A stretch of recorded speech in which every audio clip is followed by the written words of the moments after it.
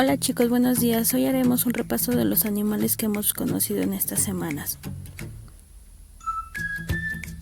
Vamos a escuchar el sonido de unos animales de la granja y ustedes con ayuda de sus papás los van a descubrir. ¿Listos?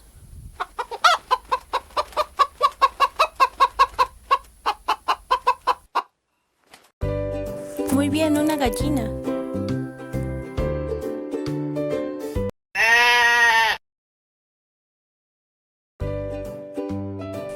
Muy bien, una oveja.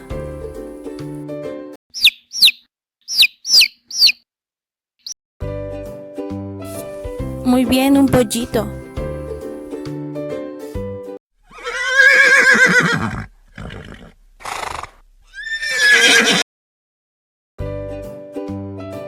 Muy bien, un caballo.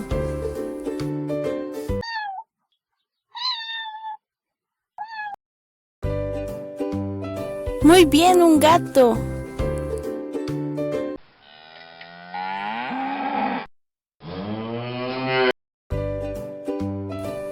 Muy bien, una vaca. Muchas felicidades chicos, lo hicieron muy bien.